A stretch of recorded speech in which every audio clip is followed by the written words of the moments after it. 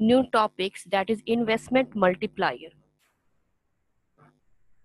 This is the last topic of short run equilibrium. Now first we will know what to mean by investment multiplier. Due to increase in investment in an economy, national income increases by many times. The number of times it gets increased is known as investment multiplier.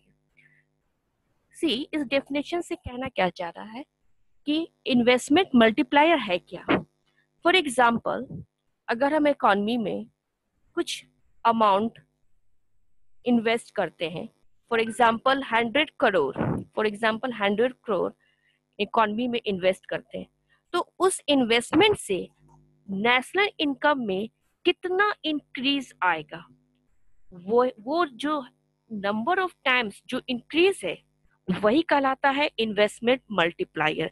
It means that how much national income increase due to increase in investment. मतलब कि investment के increase से national income में कितना changes आता है या कितना इंक्रीज होता है, that is known as investment multiplier.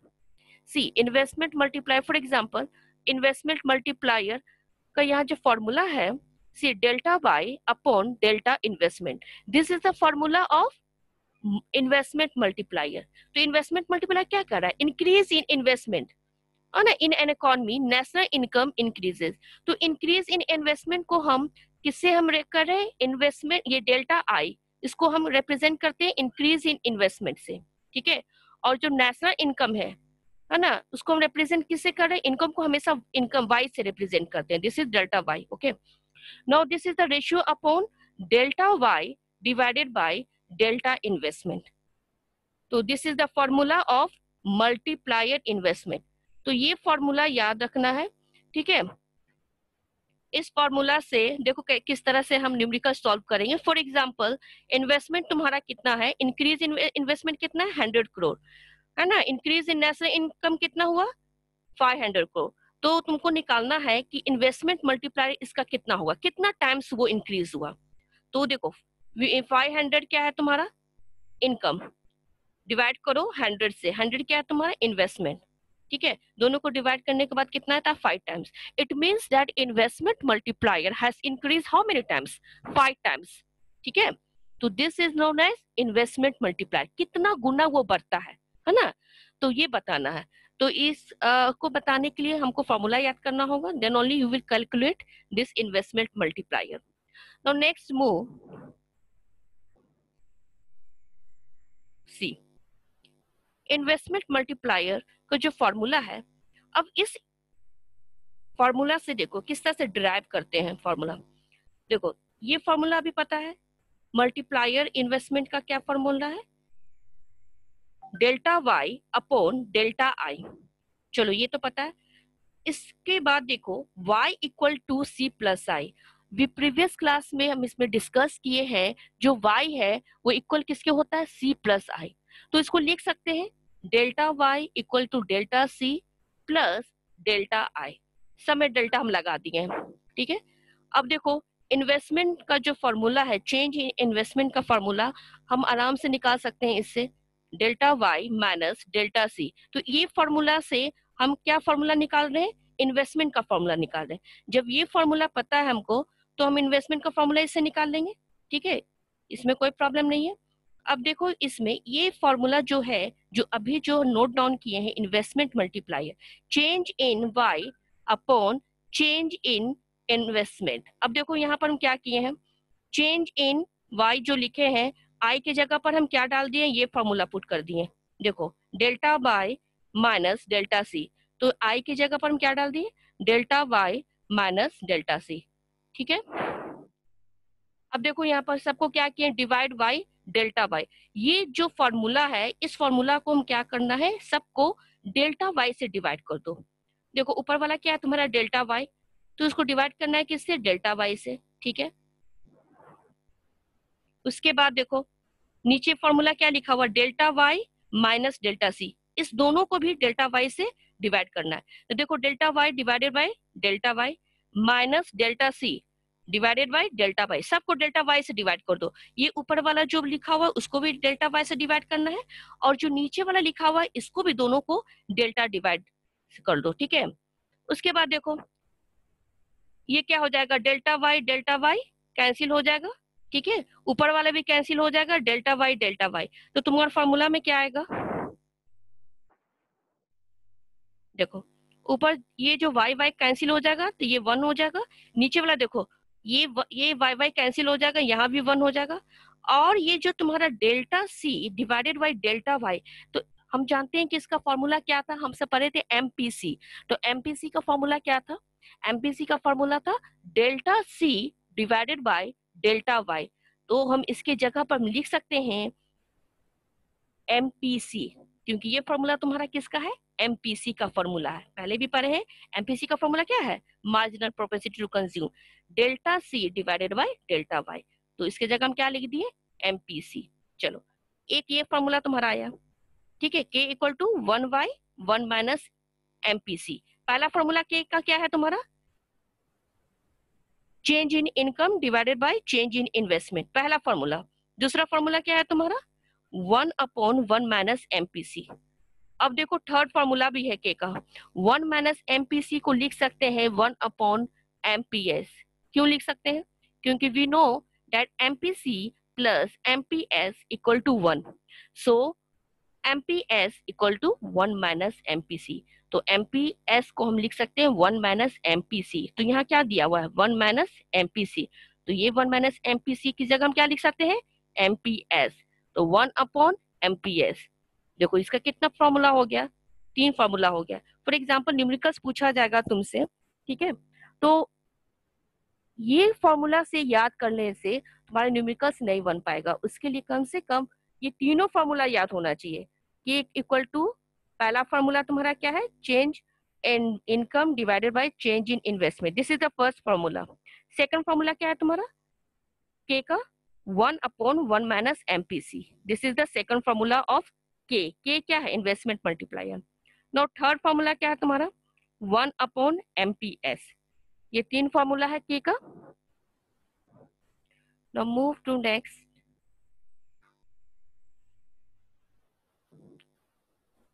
Short run equilibrium में रिलेटेड जो भी न्यूमेरिकल्स होगा, तो वो न्यूमेरिकल्स तभी बन सकता है, ये पूरा 6 जो फॉर्मूला जो हम लिखे हैं, ये 6 फॉर्मूला पूरा याद होना चाहिए, तभी बन सकता है। और हर साल इससे क्वेश्चन एक आता ही है, ठीक है। तो क्या क्या फॉर्मूला भी पढ़े एक बार देख लो। पहला formula K equal to delta Y upon delta I. Second formula K equal to 1/1 minus MPC. Now third formula K equal to 1/एमपीएस। Now fourth formula MPC plus MPS equal to 1।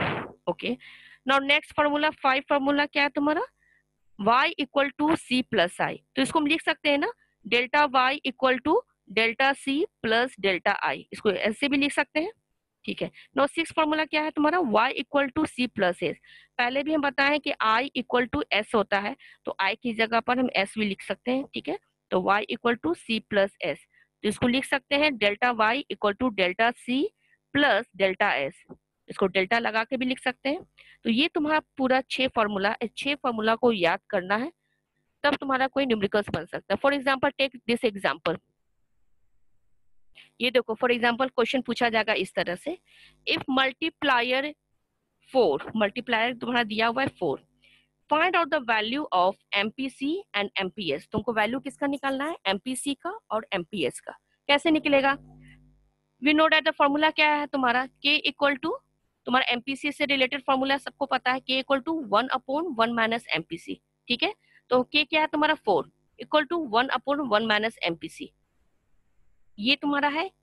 तुमको निकालना है MPC और MPS. तो देखो एक हम दूसरे फॉर्मूले से कैसे निकाल लेंगे इसको, के इक्वल टू 1/एमपीएस, ये 1 माइनस एमपीसी को हम लिख सकते हैं 1/एमपीएस लिख सकते हैं, इसका थर्ड फॉर्मूला है, ठीक है। के तुम्हारा कितना है 4, अब इसको तुम डिवाइड करोगे, तुमको एमपीएस कितना आ जाएगा 0.25 आ जाएगा, ठीक है। तुम्हारा निकल गया, एमपीएस का वैल्यू निकल गया हाउ मच 0.25।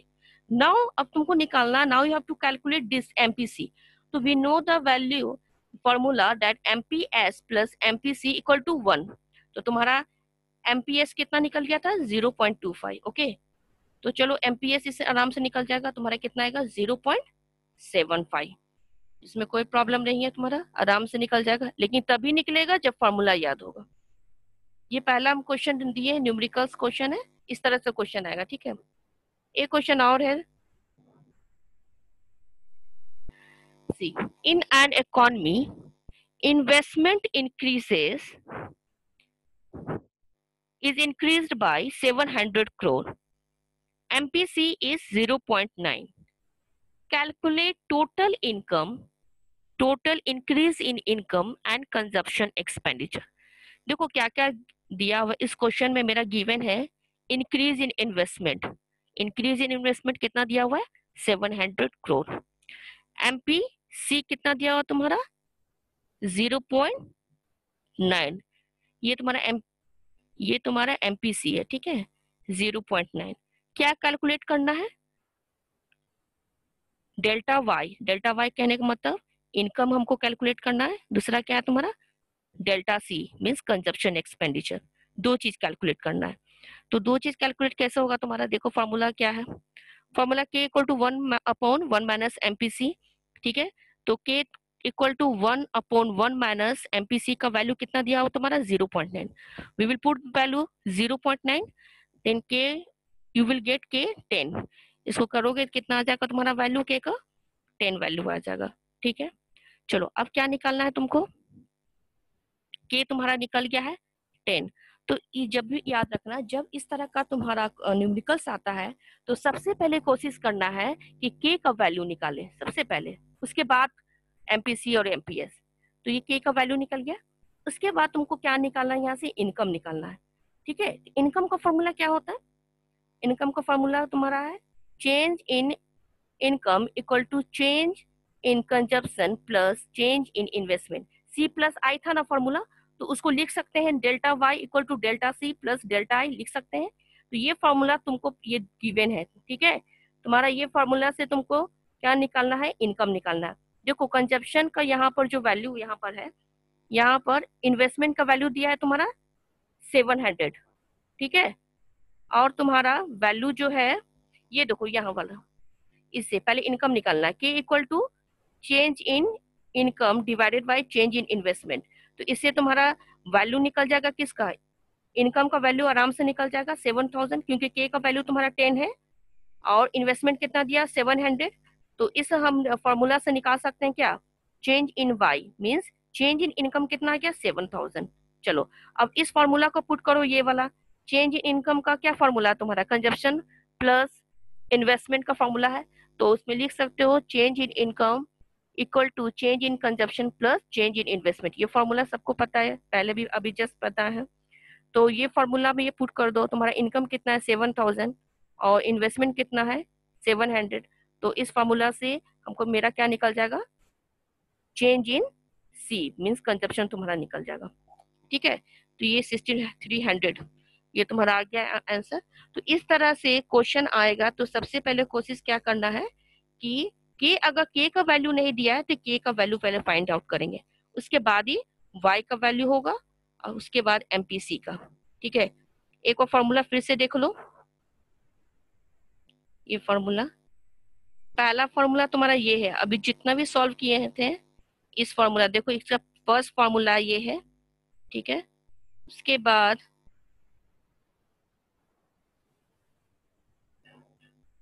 सेकंड फॉर्मूला ये है और थर्ड फॉर्मूला ये है। ये तीन फॉर्मूला से ये न्यूमेरिकल हम सॉल्व किए। ठीक है, इसमें कोई प्रॉब्लम नहीं होना चाहिए। किसी को प्रॉब्लम है तो पूछो हमको भी।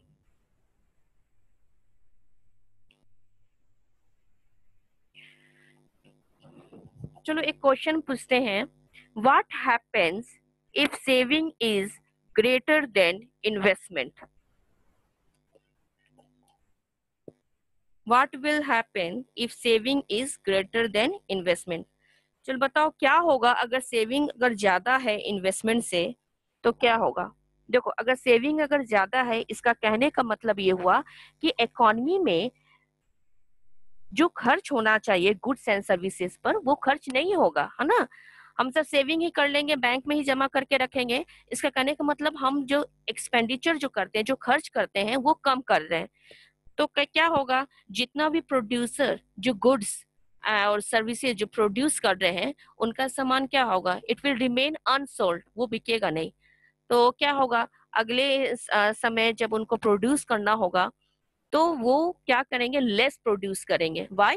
क्योंकि उनके पास ऑलरेडी वो सामान पहले से बचा हुआ जो अब तक बिका नहीं है ना, इट्स रिमेन अनसोल्ड। तो उनका जो प्लानिंग है करने का, प्रोड्यूस करने का, वो क्या करेंगे, वो कम लेस आउटपुट प्रोडक्शन वो करेंगे। ये कब करेंगे, when S is greater than I. इसका कहने का मतलब when saving is greater than investment, then what will happen. इस सिचुएशन में क्या होगा, इस सिचुएशन में क्या होगा कि lesser output would mean lesser income, है ना। जब उनका प्रोड्यूसर का गुड्स अगर सोल्ड नहीं होता है, it means they will get less income. Producer को क्या है, इनकम लेस मिलेगा, प्रॉफिट लेस मिलेगा, है ना। And they will plan less output. अगले समय में क्या होगा, आने वाले समय में वो लेस आउटपुट प्रोड्यूस करेंगे।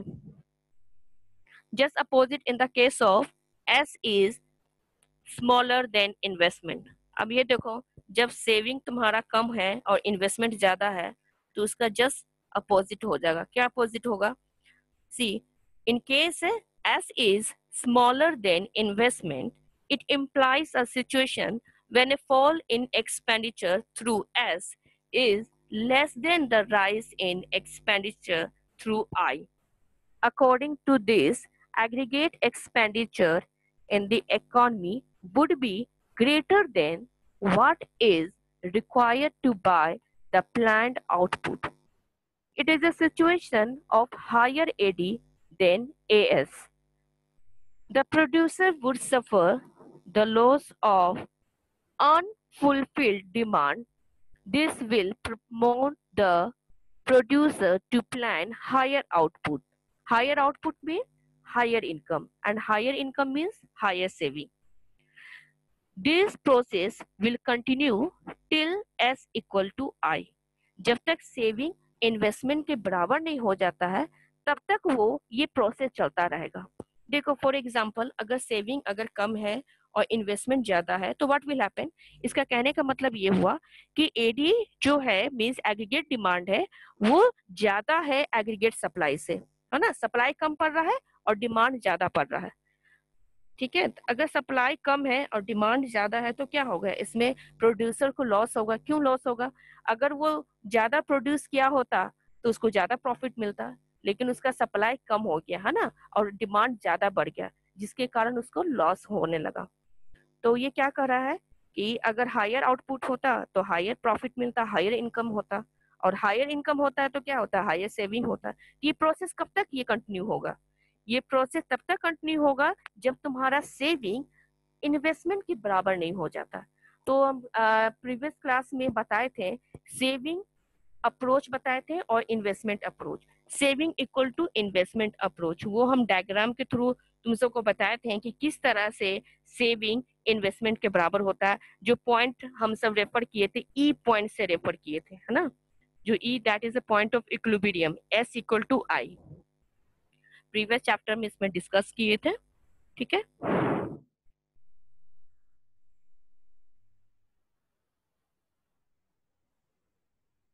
एक मिनट, फॉर्मूला फिर से एक बार देख लो। इसका एक न्यूमेरिकल्स जो अभी हम सॉल्व किए थे, एक बार फिर से देख लो ये न्यूमेरिकल्स। ये एक न्यूमेरिकल्स ये वाला देख लो, इसी फॉर्मूला से सारा न्यूमेरिकल्स सॉल्व हुआ है। एक बार देख लो।